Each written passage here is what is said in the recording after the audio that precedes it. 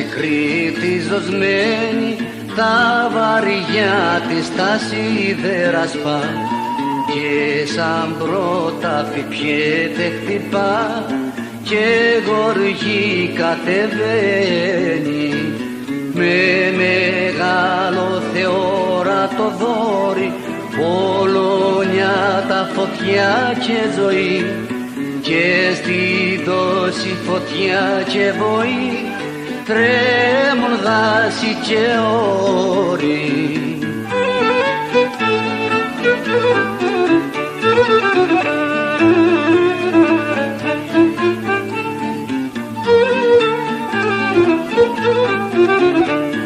Χτύπα, χτύπα της θάλασσας σούλη, χτύπα κόρη γλυκιά του γυαλού, ενώ άντρες παλεύουν αλλού, ζουν γυναίκες σαν ζούλοι.